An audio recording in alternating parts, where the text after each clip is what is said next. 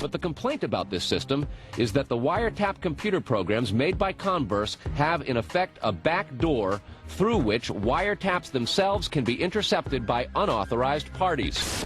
Adding to the suspicions is the fact that in Israel, Converse works closely with the Israeli government and under special programs gets reimbursed for up to 50% of its research and development costs by the Israeli Ministry of Industry and Trade.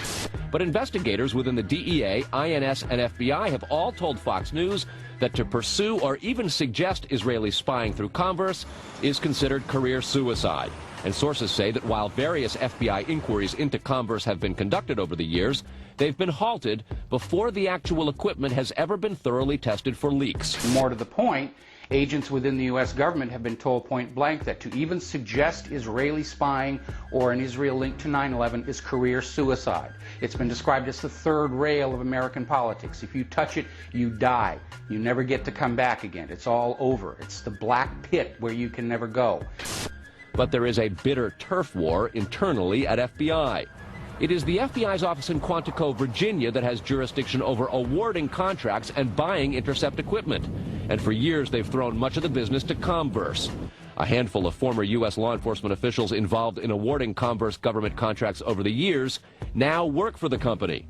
Numerous sources say some of those individuals were asked to leave government service under what knowledgeable sources call troublesome circumstances that remain under administrative review within the Justice Department. And what troubles investigators most, particularly in New York in the counterterrorism investigation of the World Trade Center attack, is that on a number of cases, suspects that they had sought to wiretap and surveil immediately changed their telecommunications processes. They started acting much differently as soon as those supposedly secret wiretaps went into place. Somehow, suspected terrorists who were being surveilled by these very Israelis were able to change their behavior to elude the FBI. Israel's former Prime Minister, Benjamin Netanyahu, would boldly state that, "We are benefiting from one thing, and that is the attack on the Twin Towers and Pentagon." The United States has wholeheartedly supported essentially state-sponsored terrorism, both domestically in Israel and as part of Israel's foreign policy. The American relationship with Israel is the root cause of most of the problems the United States is facing around the world today. Well, I would say this, that there's one big elephant in the living room. It's never asked about. People don't like to put it on any video or anything like that. But it is the relationship between the United States of America and the State of Israel. It's the fly in the ointment. It's gotten us into a peck of trouble in the Middle East.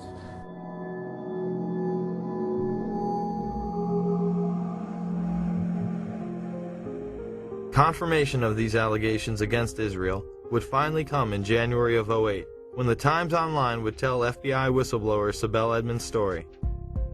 This Turkish translator for the FBI found an international spy ring that included Israel, Turkey, and Pakistan working with household names within the United States.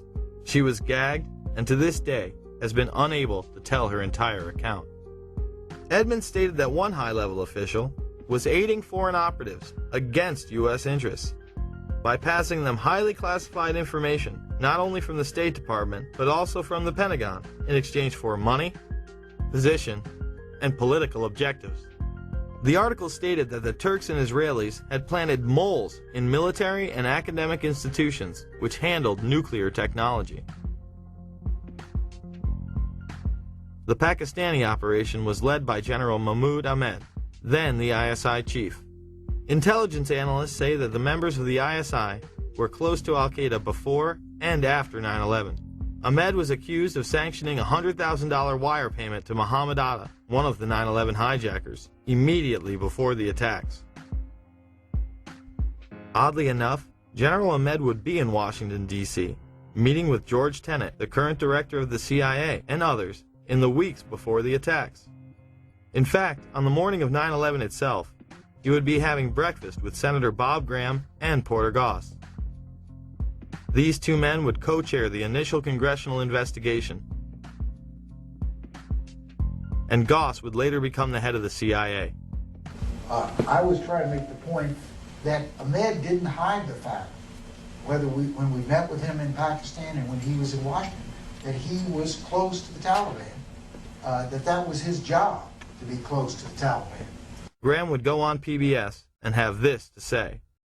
I was surprised at the evidence that there were foreign governments involved in facilitating the activities of at least some of the terrorists in the United States. I am stunned that we have not done a better job of pursuing that to determine if other terrorists received similar support, and even more important, if the infrastructure of a foreign government assisting terrorists still exists. Most of that information is classified, I think overly classified. I believe the American people should know the extent of the challenge that we face in terms of foreign government involvement.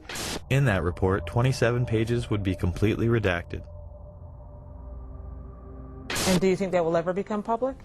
Which countries are talking about? It'll become public at some point when it's turned over to the archives, but that's 20 or 30 years from now. We need to have this information now. Are you suggesting that you are convinced that there was a state sponsor behind 9/11? I think there is very compelling evidence that at least some of the terrorists were assisted, not just in financing, although that was part of it, by a sovereign foreign government. The day after the attacks, it was apparent that some people within the government were aware of the Pakistani funding of Al-Qaeda. Secretary Powell, one country you didn't mention was Pakistan, and I understand that your deputy has spoken with the ambassador to Pakistan. Deputy Secretary Armitage did meet with Pakistani officials today. It would be useful to point out to the Pakistani leadership at every level how helpful they might be if we find a basis to act upon that information. Senator Joe Biden, who had also met with the head of the Pakistani ISI, would have harsh words on the Senate floor. And the word should go out to those who pretend that they wish to be our friends, that they're going to have to make some very difficult choices. Pakistan in particular is going to have to make a very difficult choice very soon. Words will not be sufficient. Actions will be demanded. When Biden was confronted, he confirmed his meeting with Ahmed, saying Pakistani intelligence was indeed funding the Taliban. Sir, one question. In the days following 9/11, you met with the head of Pakistani ISI, General Muhammad Ahmed. It has since come to light that he ordered Saeed Sheikh to wire $100,000 to Muhammad Atta. Why was he allowed to go back to Pakistan, and why wasn't he questioned, and why were you meeting with him? I met with him to deliver a message that if he didn't stop supporting the Taliban, we would take him out. Why did we let him go? We let him fly freely. We never investigated him. We never even looked into him. Look, there's a thing called diplomatic passports. We did not arrest Khrushchev when he came. But he financed the hijackers, and you let him go, and he's free. He hijacked the hijackers. No one knew he financed the hijackers. It's wired. It's reported. He would later state that the information was indeed classified. How did you know the ISI was helping the Taliban, sir? How did you know they were helping them out? It is classified?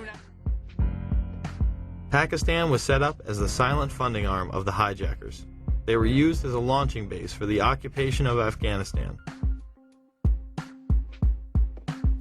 To review, we have just learned that many of the hijackers had ties to U.S. military installations, the FBI, and the CIA.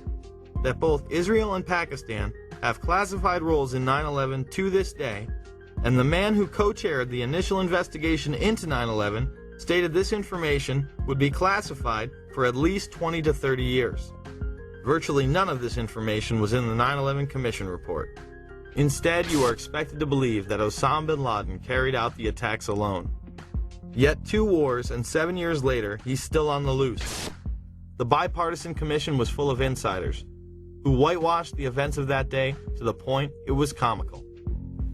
5 years after the horrors of 9/11, there's a new way to look at those unforgettable images. Through color, caricature, and captions, comic book veterans Ernie Colon and Sid Jacobson have brought to life the 9/11 Commission Report. It took a year and a half to distill 600 pages down to less than 150.